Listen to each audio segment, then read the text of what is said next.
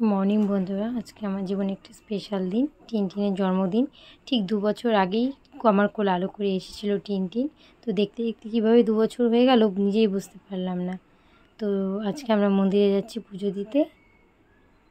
আর বাইরের ওয়েদারটা দেখছো, ভীষণই ভালো ওয়েদার।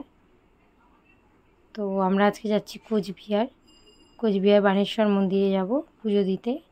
তো এটা আমরা আগেই ঠিক করেছিলাম যে টিনটিনের জন্মদিন আমরা বানেশ্বরে যাব। তো এদিকে তোমাদের দাদাভাই ভোগটা দিতে যাচ্ছে, আর এদিকে আমরা এখন পুজো দেব। তো মন্দিরটা দেখেছো, আর এখানে আসলে না অদ্ভুত একটা শান্তি পাওয়া যায়। তো দেখছিলাম মন্দিরে কোনো মোহন দেখা যায় নাকি। তো এখন জল, তার জন্য মোহন সেরকম দেখা গেল না আজকে। তো এর আগে একদিন এসেছিলাম, তখন দেখেছিলাম। তো পুজো দেওয়া হয়ে গেছে আমাদের। এদিকে টিনটিন একটু খেলনা করছিল, তো বলছিল যে ঠাকুরটাকে একটু আদর করবে। তো করে এখন আমরা যাচ্ছি আরেক মন্দির, সিদ্ধেশ্বর মন্দিরে।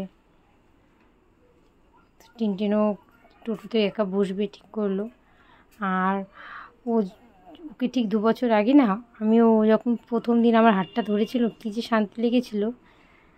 তা এদিকে দেখি যে বৃষ্টি হয়েছিল না, প্রত্যেকটা ক্ষেতে জল জমে আছে। আর এদিকে আমরা ট্রেন যাচ্ছিলো বলে দাঁড়িয়ে পড়েছিলাম। তো এদিকে টিনটিন ভীষণই খুশি ট্রেন দেখে।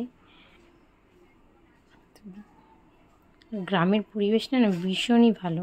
তো আমরাও পৌঁছে গেলাম সিদ্ধেশ্বরী মায়ের মন্দিরে। তো এটা হলো সিদ্ধেশ্বরী মায়ের মন্দির। তো এই মন্দিরটা খুবই জাগ্রত মন্দির একটা। আর আমি এই নিয়ে এই মন্দিরে 2বার আসলাম। আর আমার এখানে আসলে না মনটা সত্যি একদম ভেতর থেকে না শান্তি চলে আসে। তো আমাদের পুজো দেওয়া কমপ্লিট। তো একটু মিশালি খাবে মা, তার জন্য একটু মিশালি নিলাম। তখন টিনটিনও খাবে মিশালি ওর ঠাম্মির থেকে। তো এদিকে আমরা বানেশ্বর মন্দিরে এসেছি। তো আমাদের ভোগের প্রসাদটা নিয়ে যাচ্ছি। তো টাটা বাই, দেখা হচ্ছে নেক্সট ব্লগে।